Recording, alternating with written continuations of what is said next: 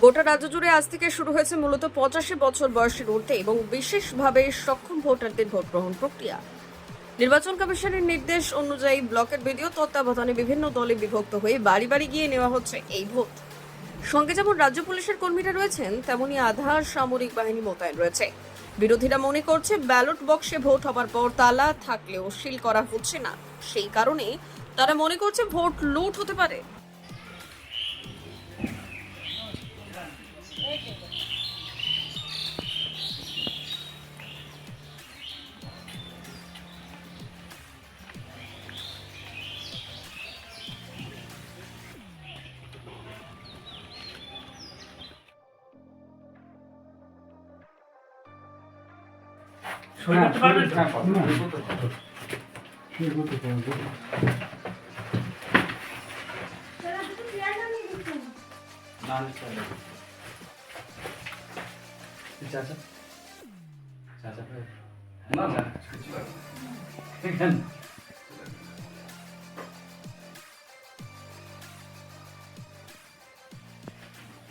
Bureau report, উত্তরের প্রহরী।